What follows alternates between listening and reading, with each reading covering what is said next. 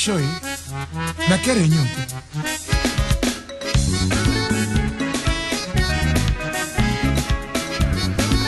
et dit mon cher Borax Yanimos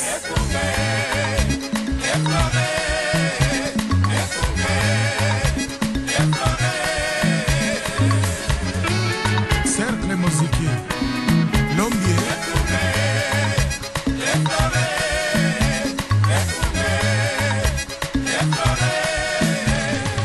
Itualité bala Saint-Paul toujours meilleur.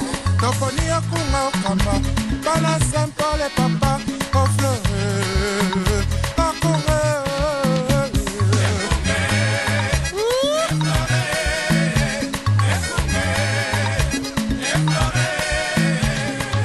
biso bala Saint-Paul toponi o papa tolingi boboto tolingi boneko tolingi esengo tosengilisanga boboto oneko esengo bandeko balandi radio lisanga totondi bino lisusu botondi mingi mpona fidelité na bino na programme ya radio lisanga pokwa ya mokolo malelo mwa mardi 5 mars 2013 toza na bino lisusu na ngongo ya motuya te na 20h po tokokabala bino maimai na ntina ya kosolola chaque mardi na jeudi de 19h à 20h tozalaka na bino na radio lisanga esami na fondation lisanga point de soutien congolais tokoemettre à partir ya ngumba Amsterdam bayeba kolanda biso na baposte na bango ya radio na FM awa na kati ya ngumba Amsterdam to na nzinga totondi bino botondi mingi boye tokanisi mpe ya biso Joel awa na Amsterdam Zuid ndenge ye mpenza alengelaka poste na ye ya radio po azwa biso ebe na mopepe boye na FM nde toyebaka ndenge nini mpe tokolekaka na basusu mpe balandaka biso na wewewe na kati ya ngumba Amsterdam to libanda mokili mobimba totondi bino mpe botondi mingi ndenge mpe tozwaka bafeedback na bino mpenza tikete ezala beboye oyo bokokezwa bino soki tenge pokwa lelo to ye mpe lisusu na ndenge ya bomesano tosola na bino ndenge tosolaka na bino maye matali mboka République démocratique du Congo po ete esika biso toti ezali nde nzela na biso ezali esika tobimi oyo esengeli mpenza ete toyeba ndenge nini makama koleka kuna po moto oyo yebi lisusu esika auta te amiyebi mpe lisusu te identité na ye bungi ata nde tofai na bamboka oyo tozali awa na diaspora bazali koidentifie biso na esika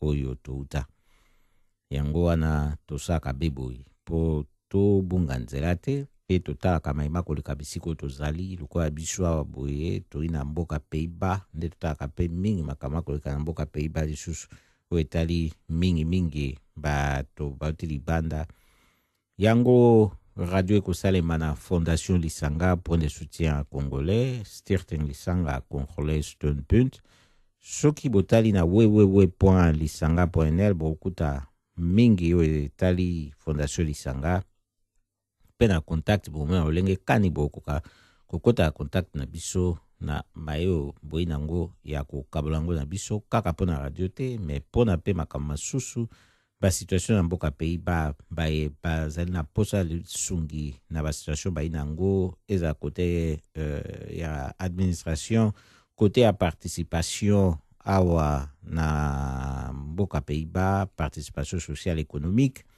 tozali wana mpona kosoutenir mpe kosala oyo tokwa kosala mpo bayeba biso bakoka komona ndenge nini bakotia lokolo na mabele oyo toyei kofandela yango wana tobaka beboye po ete esengeli toyeba na ndenge nini tokoki kosala po tomilongola na basituation oyo tokosouete te kozala nango lokola awa toi na mboka Pays-Bas basituation ebele oyo bato bakokwea nango na mboka mopaya monoko mpe na ntango maîtrise eza malamu te ezali pe kosala ete bakokoso bamakame yaka mingi na olenge wana. Nde Fondation Lisanga ezali mpona kosunga na makambo oyo tokoki okutana nango awa. Ata pe bao baina na bakokoso ya makambo na mikanda na lolenge nyonso bakopela nango, toali wana pe mpona kosunga po tosalaka yango banda kala tolekisi mbula zomi yango oyo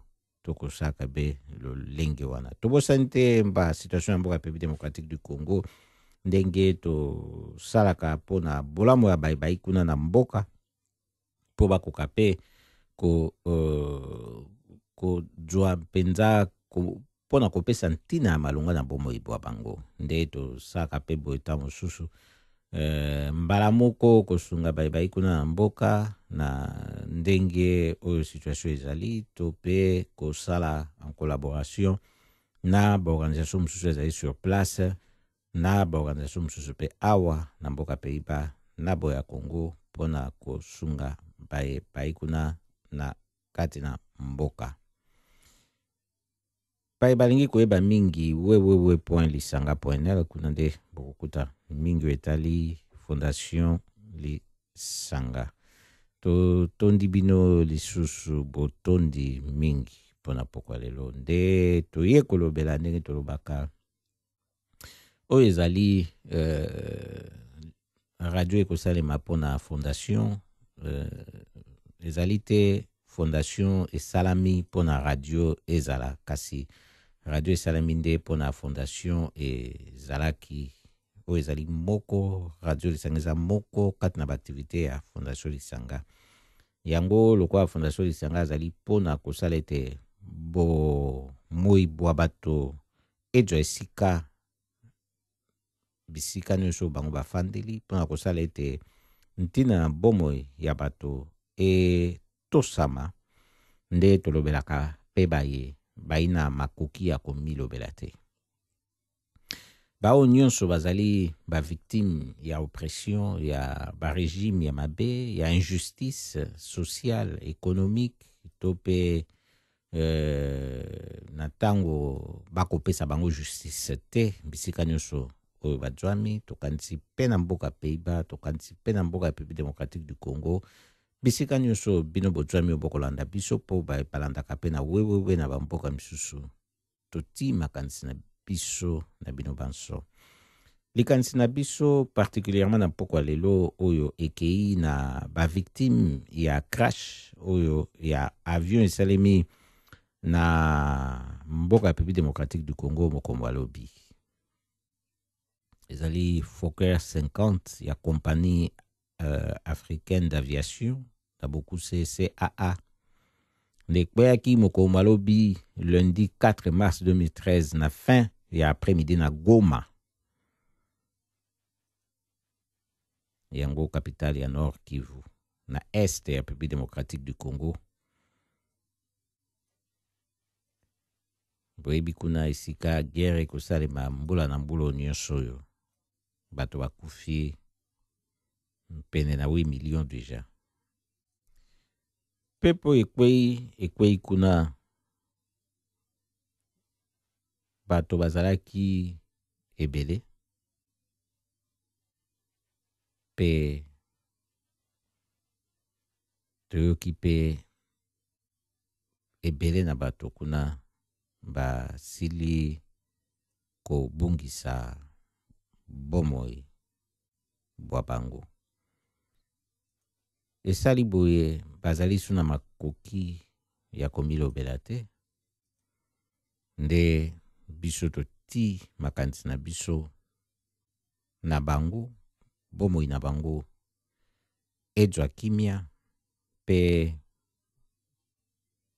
bae bazali bato na bango ya pembeni, libota, baninga, bao baebi bango, topesi bango bokasi na situation oyo bazali ko traverser. Baye koboma baluba nalobaki eloko te mpo naza moluba te.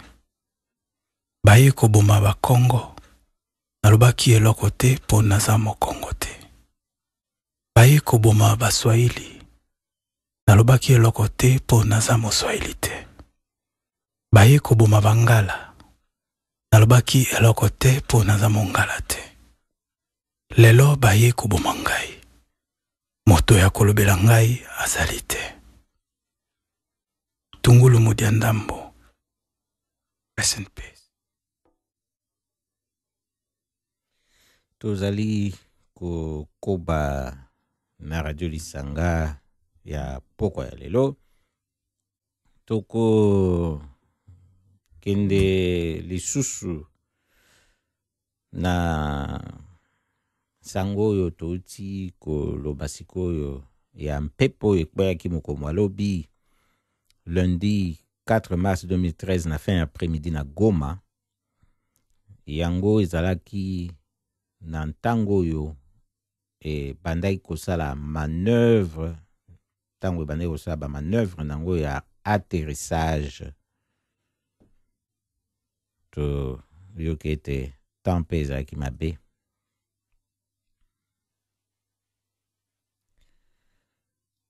To silaki kozwa information ete mpepo yango eutaki na Lodja na Kasai Oriental pona ekende na Goma kuna ekende kokbeya. Ndenge to esaki bino pe na libandeli awa bato bazalaki ebele kuna mingi basili pe ko bimisa bakoro na bango, basili ko bungisa bomoi na bango. Twaki pe basurvivant misu misatu na libandeli wana o bamaki bango mbango na l'hôpitalo. Toyebi nano te soki bazali lolenge kani na ntango toko sola na bino awa. Nde to yoki pe lisusu na bapanzi sango ya mboka Pays-Bas oyo tozali awa ete ezali sur bango balobi ete 34 bato basili kokufa na accident oyo ya mpepo wana ndenge esalemaki.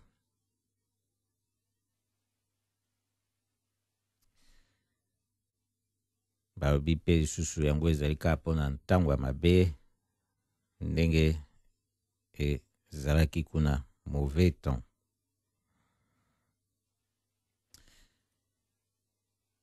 Penza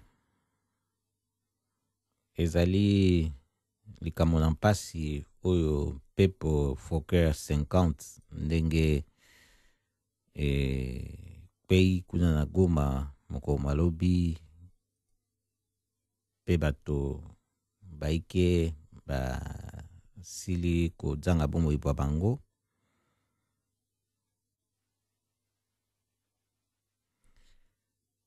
Penza atako sikoyo bakoki koloba pe na lombango ete ezali mauvais temps nde esali boye, kasi tokosenga ete basala ba enquête mpona koyeba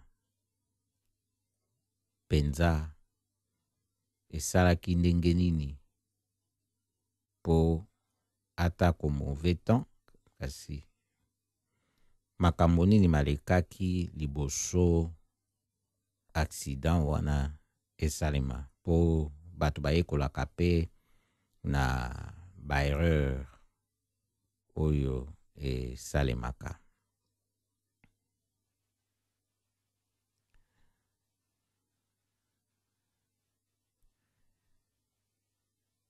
Nde penza na mpasi mingi na motema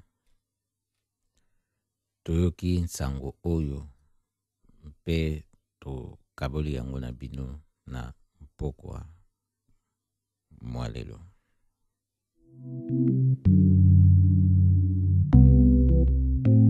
Le 4 avril 1994, l'avion du président Juvenal Habyarimana atterrit à Guadeloupe. Il vient rendre visite à son frère. Il a l'habitude d'aller voir son frère, le maréchal Mobutu. Habyarimana descend de l'avion sans son épouse, chose rare. Il a mine fermée, contrarié, il est très inquiet. Il s'adresse à Mobutu en ces termes. Mon frère, voici depuis un moment j'ai subi de très fortes pressions de la communauté internationale, surtout des Américains et des Belges. Ces derniers me demandent chaque jour de lâcher plus, de lâcher plus. Alors qu'à Kagame, on n'exige absolument rien. Alors j'aimerais que tu viennes avec moi à Arusha, en Tanzanie, au sommet des chefs d'État de la région, prévu ce mercredi. Car presque tous les chefs d'État invités sont allés du Front patriotique rwandais de Kagame. Mobutu lui répondit: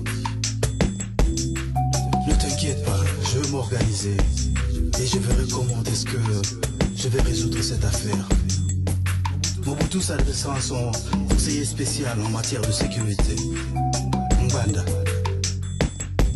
Mbanda, est-ce que moi, Ezali, Bosa et Langanzela, une étude sur le trajet aérien entre Gbadolite et Arusha, aller-retour sans survoler le territoire rwandais.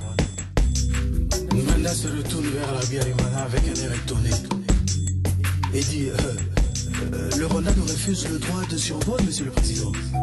Non, rétorqua le maréchal, il ne manquerait plus que ça.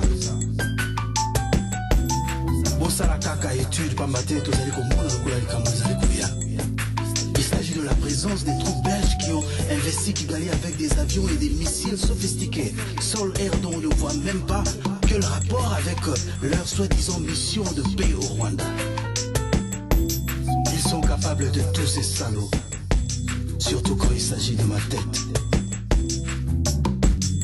Puis Habyarimana a pris congé de son frère, sous un soleil brûlant. Dans l'après-midi, le 4 avril 1994, deux grands amis s'embrassent par des longues accolades sur le tapis rouge qui orne la passerelle de l'avion présidentiel. A très bientôt, lance Juvenal Habyarimana à Mobutu, avant de s'engouffrer dans son avion. Merci et bon voyage, lui répondit le maréchal, qui reste sur le tarmac comme il avait l'habitude de le faire, jusqu'à ce que l'avion de son meilleur ami décolle. Il lui adressa des derniers signes d'amitié par des grands gestes, les bras levés avec son inséparable canne à la main droite. Au moment où le Falcon 50 du président rwandais s'est détaché du sol zaïrois. Mobutu était loin, alors très loin de se douter qu'il venait là de dire adieu à son meilleur ami. Le 6 avril 1994, on est à Arusha. Tous les présidents de la région sont présents sauf Moi et le maréchal Mobutu. On passe à la signature des accords d'Arusha pour un cessez-le-feu pour marquer la fin d'une guerre de 4 ans et la formation d'un gouvernement de transition.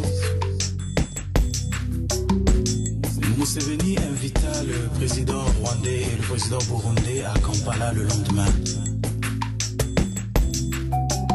C'est pour cette raison que le président burundais décida de renvoyer son avion dans son pays afin de faire route ensemble avec Habyarimana à Kigali et ensuite vers Kampala. Le soir venu, le Falcon 50 du président Habyarimana quitte le sol tanzanien à destination de Kigali. Presque au même moment, à Kigali, une camionnette Toyota avec 5 passagers, un chauffeur, 2 tireurs, Frank Ziza, Eric Akisimana, un garde et le lieutenant Abdul Rosibiza, se dirigeant vers la colline de Masaka à Kigali, non loin de là l'aéroport de Kigali. Elle a été choisie comme offrant le meilleur emplacement pour le tir. Sous l'ordre du général Paul Kagame, le Falcon 50 du président Habyarimana devint une cible. Le compte à rebours a commencé. À l'époque, l'aéroport de Kigali était contrôlé par les Nations Unies, précisément par le général Dallaire. Et basali piste d'atterrissage moko spécial pour nakaka ba avion nyonso oyo ezali koya à partir ya 20h et zongela na partie ouest et non la partie est de l'aéroport. Et tout comme vers 20h30, l'avion du président Habyarimana s'apprête à atterrir. Et on écoute des voix en train de demander à ceux qui étaient autour de contrôle: mais qui est dans l'avion? Qui est dans l'avion? Est-ce que le grand est dans l'avion? Négative. Mais le pilote répond: nous n'avons pas de telles informations. Moi, ils allaient toutes ces informations mon délai houilleux. 21h. On entend un grand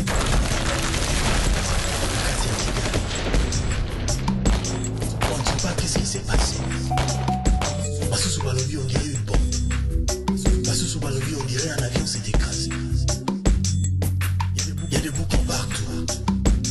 Les Iteramouais se préparent avec les machettes. Parce qu'eux ne voulaient pas qu'Habyarimana aille négocier avec Kagame. Parce qu'ils savaient que, quelles que soient les négociations, Kagame et son parti étaient décidés à prendre le pouvoir. 21h30, on annonce à la radio de Kigali que l'avion du président Habyarimana vient de s'abattre. Tout le monde est mort. Pour la toute première fois dans l'histoire de l'Afrique, dans l'histoire du monde entier, deux présidents de deux pays différents trouvent la mort dans un même avion. 22h, on est à Bouzi, au Zaïre.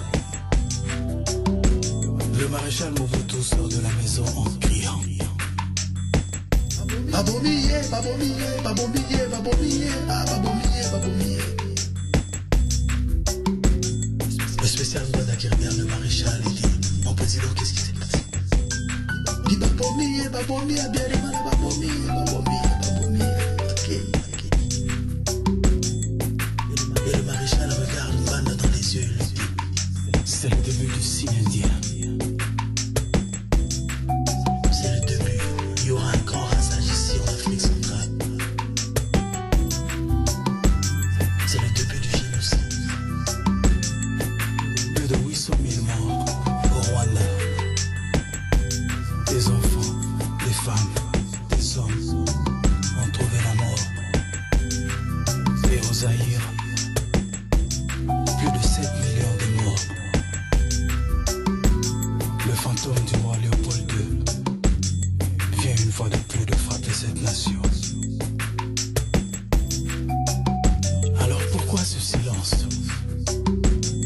Pourquoi ce silence? Pourquoi y a-t-il pas d'investigation jusqu'à nos jours sur la mort d'Habyarimana et de Tanyamira? Quelle était la mission des Nations Unies au Rwanda? Pourquoi le général Roméo Dallaire n'a-t-il pas informé son soi-disant patron, Jacques Roger Boubou, à temps sur l'événement qui s'est déroulé au Rwanda? Pourquoi ces silences? Pourquoi y a-t-il pas d'investigation sur ces jeunes soldats belges qui ont trouvé la mort à Kigali? Pourquoi y a-t-il pas d'investigation sur cet équipage français?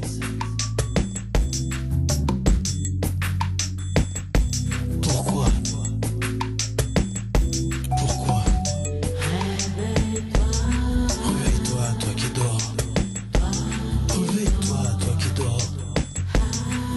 Car cette affaire te concerne. Oui, toi.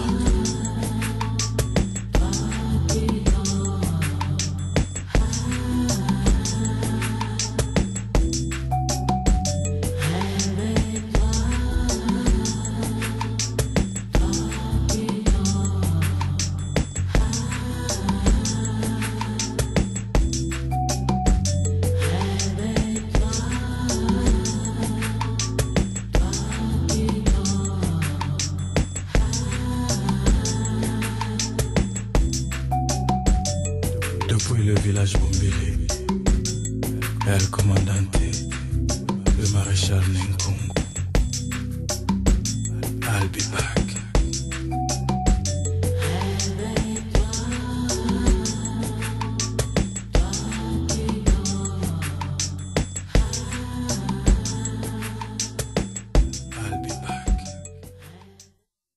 Wana ezalaki maréchal Nkungu nde atei biso ya maloba na loembo na ye oyo toti kolanda na kombo ya Falcon 50 signe indien.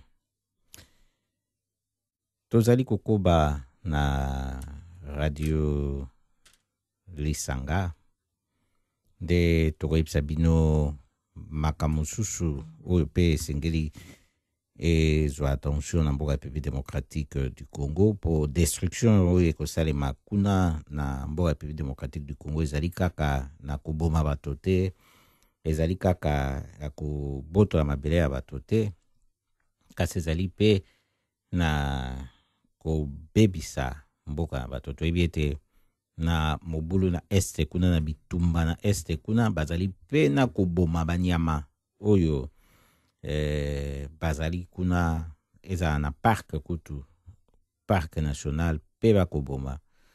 Tokoyebisa bino na pokwa lelo ete likambo mpe ya banzete ekosala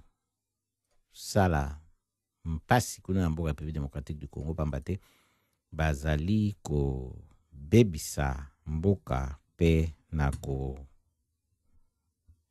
kokata banzete na ndenge ya mabe lokola bato baina esprit ya katakata oyo mongongo euti kogangama mikolo oyo euti na Greenpeace Africa RDC. Bango balobi ete eleki pona likambo exploitation illégale pe oyo ezali kobebisa koboma badzamba na mboka République démocratique du Congo. Yango ezali ebe kokoba te sikoyo kote fiscal na Congo eloko ezali kopesa te, epe na ba communauté locale bazali pe kozwa eloko moko te. Nde Greenpeace Africa RDC balobi eleki. Webi bango baza ba écologiste, eza groupe ya pression oyo ya ba écologiste batalaka botosi ya ndenge ya kozala na milieu environnement. ONG yango eza international, eza pe ONG moko eza très active na mboka République démocratique du Congo. Basili ko bimisa likambo oyo su makasi na rapport na bango oyo ya sanza oyo tozali oyo ebandi besiko oyo en mars 2013 na kombo ya couper l'exploitation forestière illégale en République démocratique du Congo. Un mauvais scénario. Wana eza titre ya rapport na bango batiko bimisa. Soki boki yango atako titre yango ndenge eza boy kasi eza penza kotalisa likambo yango ndenge ezali pe soki botangi ndenge bakomi titre yango bokomona na ba point d'exclamation ndenge ezali wana esaike bagangi balembi balobi babeleli tozongeli titre yango couper l'exploitation forestière illégale en République démocratique du Congo. Un mauvais scénario. Titre yango.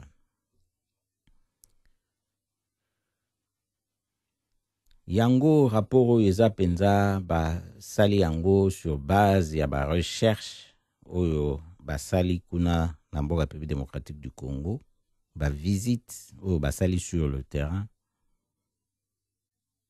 principalement na province ya Bandundu. poyebi kuna na province ya Bandundu mpe bazamba ezali mpe oyo ebimisaka mpe mabaya ebele.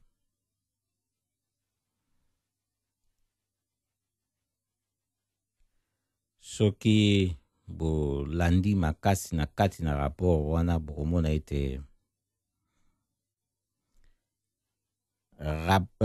secteur forestier, donc secteur oyo etaka makambo na zamba na mboka ya République démocratique du Congo ezali na kati ya désordre chaotique organisé. Donc eza penza zamba ndenge ezali wana.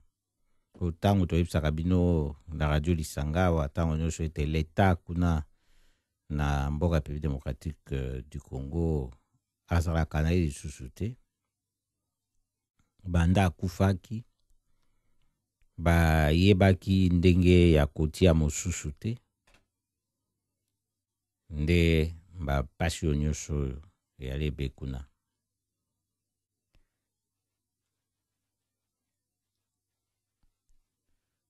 Soki botali likambo malamu bokomona ete baconséquence nango eza minene mingi mpona ntango oyo bazali kokata bazamba na lolenge wana eza kosala kao mobimba na secteur wana. Intervention ezali te pour l'État azali te oyo ekoya kosalama na nsima esengeli komituna soki ekozala ndenge nini to ekozala constat oyo ekoya kosalama na nsima ntango état de droit ekokota mpe bato bazwa difficulté makasi ya kotia makambo na ordre eyali mpasi na ntango oyo mikolo mizali koumela mingi na situation tozali na yango ya kozanga l'État na kati ya mboka ya République démocratique du Congo oyo ya kozwa makambo na maboko azwa baresponsabilité na ye ndenge elongo bani na basecteur nyonso oyo ezali ete ye ifo azala wana. Mobulu oyo ezali kosalema ezali na basecteur nyonso mpe baconséquence nango eza koyokama deja sikoyo mpe ekokoba kaka ekozala très grave.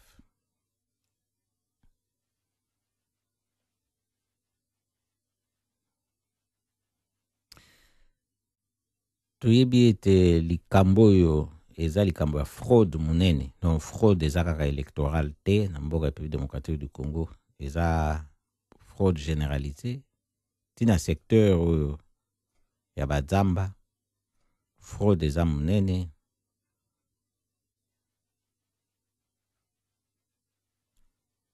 po toyebi ete ndenge tolobaki awa banzete oyo nde esalaka mabaya ezali wana mingi nango eza destiné na port ya Pointe Noire.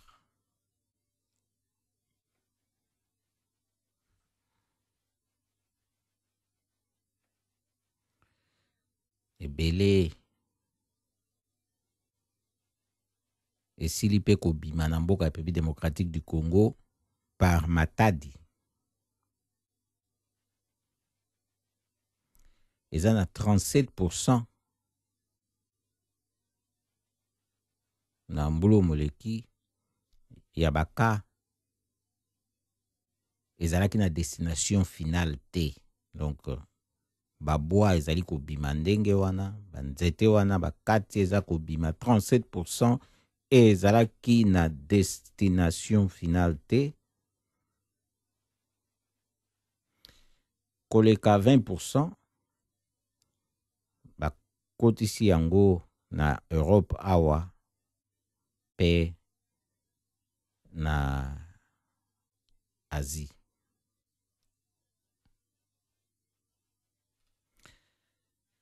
soki totali makambo oyo tokomona ete ezali oyo nyonso na bamboka na biso bampasi ezali kosalema eza na esika oyo pe eza bato mosusu bazali kobeneficie nango baza koprofite nango soki kuna désordre ezali makambo ezosalama na ndenge illégal kasi baplace oyo biloko wana mpe eza koyambama eza kokota kwa na Europe awa tokoloba te ke ordre ezali biloko wana ezokota na ndenge illégal fraude mpe ya monene ezali awa toyebi ete na bamboka oyo tofandi fraude eza mpe bakobenga yango na nkombo mosusu me kimoyibi ezali mpe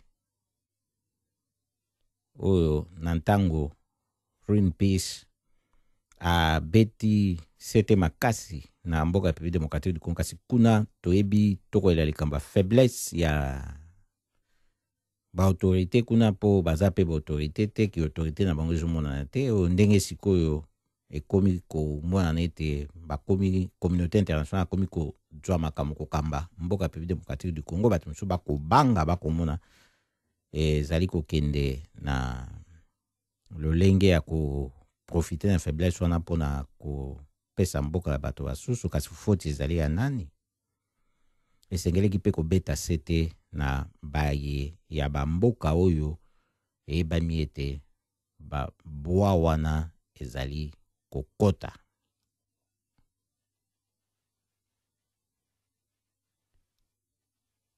toyebisi bino boye na radio Lisanga po tolobaka yango ata ya likambo ya parce babwa oyo eza mpe richesse ezofaire partie ya richesse naturelle ya mboka ya République démocratique du Congo lokola mpe totangaka bacoltan badiamant bacobalt cuivre or zinc na biloko mosusu moto oyo ayibi asali mbeba soki aza kotekela moto mosusu eloko ya moyibi moto wana mpe asombi yango na oyo asombi ye mpe asali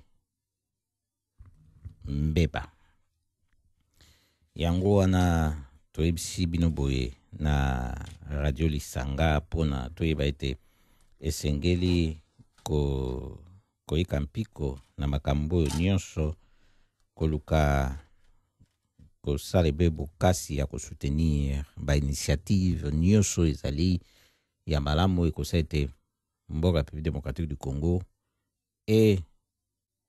koka koyeba instauration botiami bofandi ya kibokonzi ya solo oyo ekosala ete kibomoto etosama po so kibomoto etosami bakotosa mpe ndenge ya kosalela biloko oyo ezali mpona moto kwa banzete oyo mpe ndenge ezali mpona bato mpe bao nyonso bakotia nyamu na kati na mboka na ntango oyo ezali esika na bango te mpe batosi mibeko te esengeli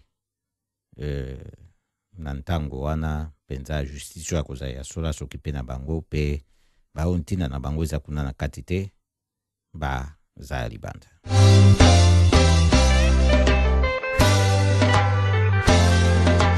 Quitter le Congo, la terre de nos aïeux. Quitter le Congo, la terre de nos ancêtres. Quitter le Congo, car c'est la terre de nos parents. Libérer le Congo, ah c'est la terre de nos enfants. Devait quitter le Congo, la guerre de force, la cause est noble et juste. Tout peuple du monde a plein droit à décider de sa destinée. La gouvernance au Congo, c'est une affaire en congolais. Pas besoin d'étrangers collaborent pour nous diriger. Quitter le Congo, la terre de nos aïeux. Quitter le Congo, ah, c'est la terre de nos ancêtres. Quitter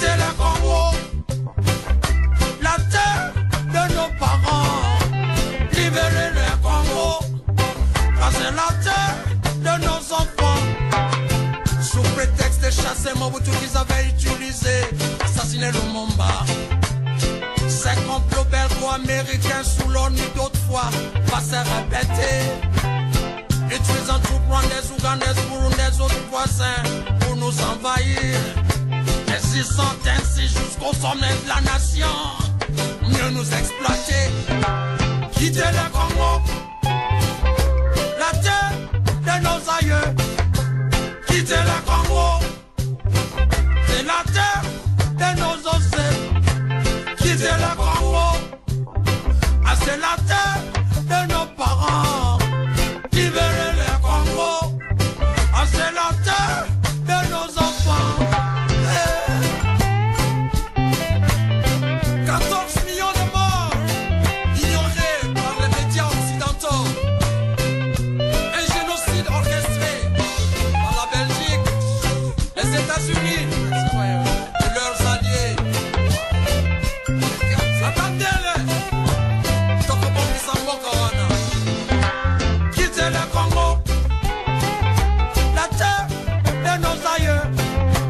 Quittez le Congo, la terre de nos ancêtres.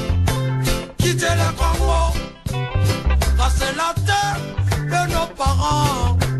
Libérez le Congo, la terre de nos enfants.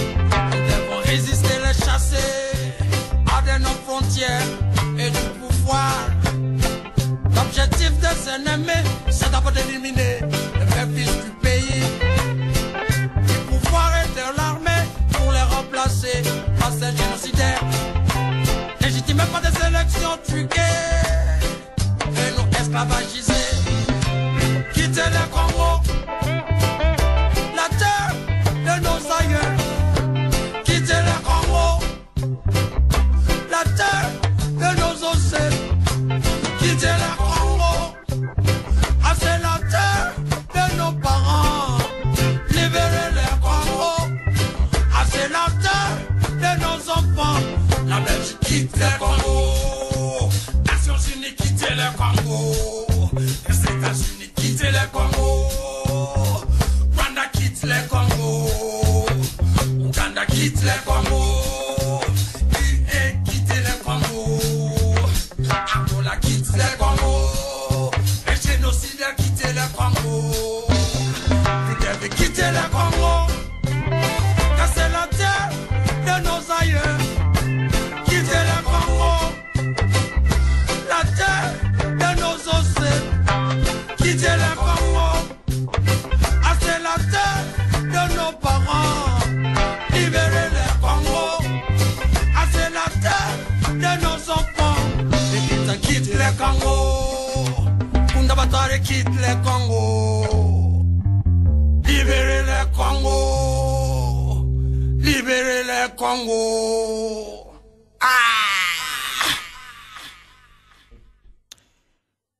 balandi radio lisanga likambo ya kobebisa na mboka ya République démocratique du Congo ezali kaka na bapaya te, ezali pe na bana mboka bango moko ya République démocratique du Congo pe bazali kobebisa pe bakotia maboko bango nde bakofungola nzela mpona mboka ekufa. To si kokete na Kindu kuna eza na société civile oyo ekosenga na régie des eaux mpona détruire ba produit nango ya traitement ya mai o eza périmé. Donc kuna to yokiete na Maniema ezali na ba produit ya mai oyo basaka traitement ya mai ezali na sulfate d'aluminium. Société civile ya Maniema oyo ya antenne provinciale ya Kindu esengaki mokombo alobi lundi 4 mars, donc eza likambo ya sika na esengaki destruction ya ba produit wana déclaré périmé après ba analyse ya Office congolais de contrôle na bokuse OCC. Ba résultat oyo epesamaki ezali kolakisa ndenge wana mpasi esali makasi koyoka ete solo mpenza na ministère kuna énergie ezali confirmé que ba produit périmé wana ezaki déjà utilisé na traitement ya mai wana eza ministre provincial ya énergie na kombo ya Patrick Lupwa nde yokisi sango wana ako affirme que ministère na ye pe na ba service misusu lokola OCC tote kotangawa na ba service ya environnement basengaki na régie des eaux a tika ko salela ba produit wana. Ye directeur provincial ya régie des eaux na kombo ya Gabriel Kambale alobi ete ba produit wana eza lisusu na maniema te. Ba zongisaki yango na Kisangani pono opposition ezaki makasi na population kuna lokola yebami ete ba produit wana ezali mabe pona consommation. Balandi ya Radio Lisanga tokota esabino po bomona lo lengekani vraiment na mboka wana bazali koboma ndenge toyesaki bino koboma ezali kaka mboka te boye baboma bato bazoboma mabele bato banzete biloko nyonso ezali kuna tena mopepe nyonso soki balingaka etikala ya banani to ekoma lolengekani esengeli to mituna toteko baliboso esengeli be penza leta nde azala abotama kuna.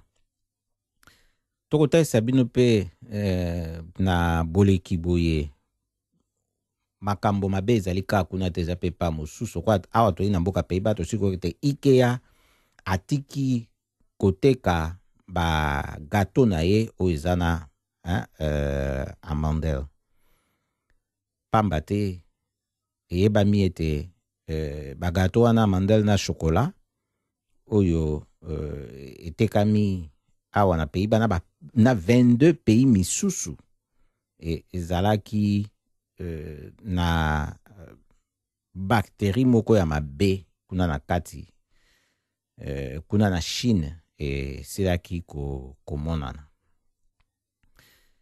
Bomoni mbala moko ba mesure bazwi bien ke umeli nano pona ebima libanda kasi tango ebibi balongoli mbala moko ba retire ba gato wana nyonso oyo ezali na bactérie wana yango bactérie wana balobi ya coliforme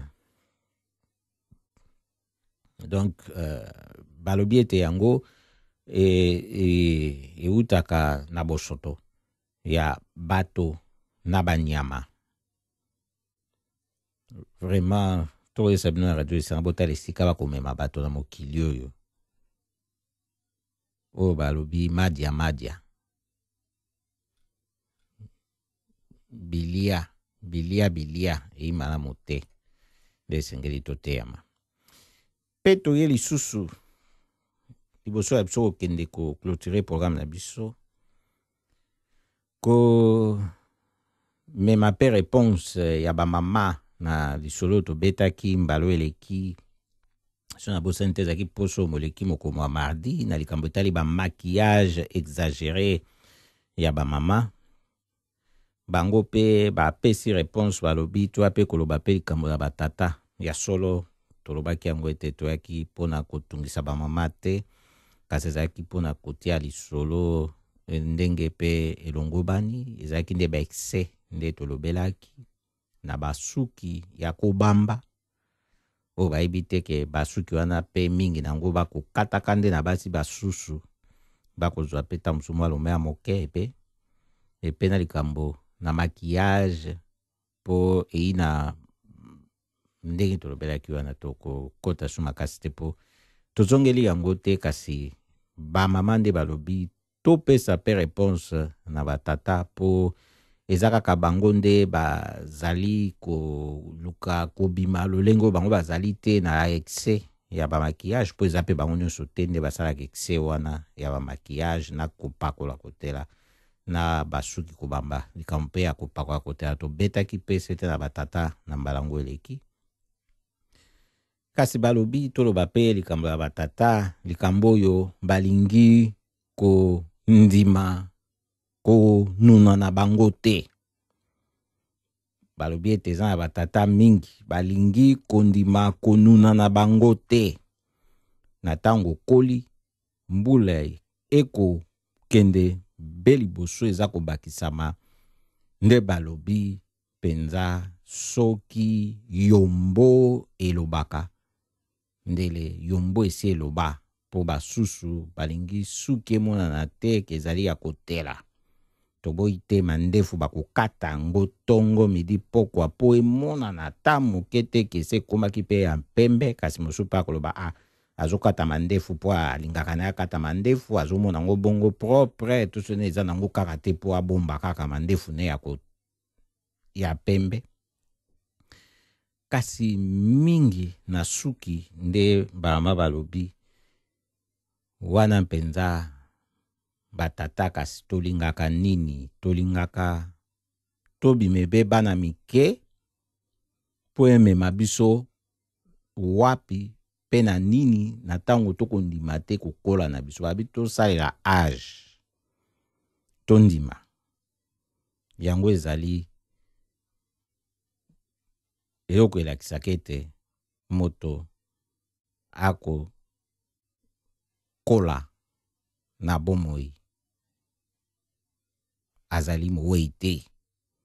Yango balobaki na ngai mpenza réponse na bango yango oyo pe lokola batata toyokela pe yombo mawa.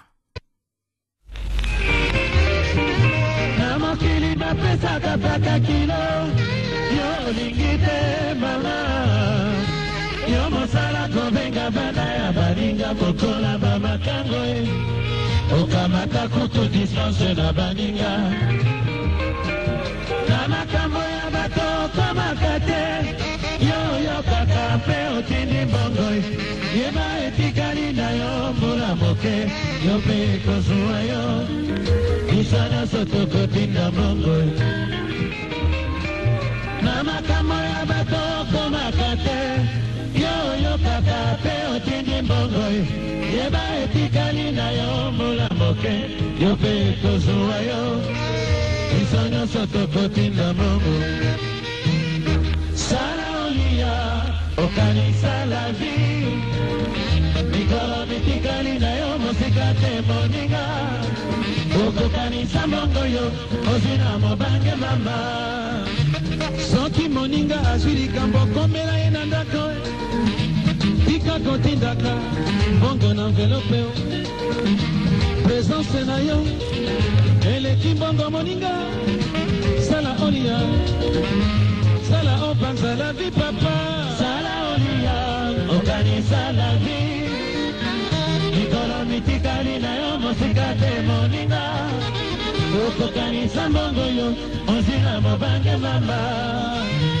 mpona nini olataka bikoti mibale balobi ozali na mbuma lilala na lokolo azali bandi tokomi na ntango ya mbula tolia malalo yo sala olia sala opanza la vie papa sala olia okanisa la vie mikolo mitikali na yo mosika te moninga okokanisa mbongo yo ozina mobange mama osilisa yombo ya bapopo na zondo mama olingi komona suki ya pembe na moto na yo te suki ya pembe elakisaka yo mobange bandeko soka soki okomi mobange elengi epai na bana na yo okoma kopomba suki ya pembe likolo na yongo sala olia sala okanisa la vie papa sala olia okanisa la vie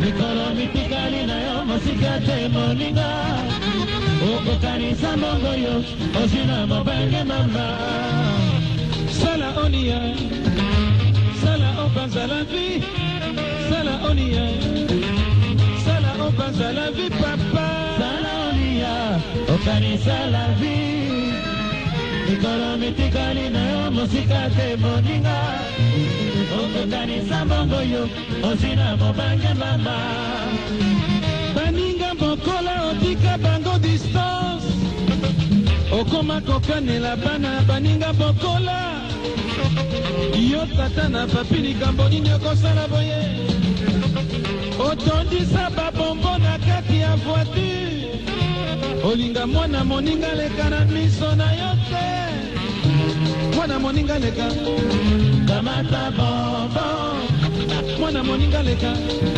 kamata biscuit mwana moninga leka kamata bombo mwana moninga leka kamata biscuit sala olia sala obanza la vie papa sala olia okanisa la vie mikolo mitikali na yo mosika te moninga okokanisa mbongo yo ozina mobange mama olinga bapenga yo na kombo ya papa te okoma kobombama na nsima ya voiture bana mike na quartier babosa na yo ta moke te garçon yo papa na papi oboy babenga yo papa yo papa na papi oboy babenga yo papa yo papa na papi oboy babenga yo papa yo papa na papi oboy babenga yo balandi radio lisanga botondi mingi pona bolandi na bino ya programa lelo pokwa elamo tokomi mokolo mwa sima bye bye ezaki wa bino yesu kitenge okanisa la vie mikolo mitikali na yo mosika te moninga okokanisa mbongo yo ozina mobange mama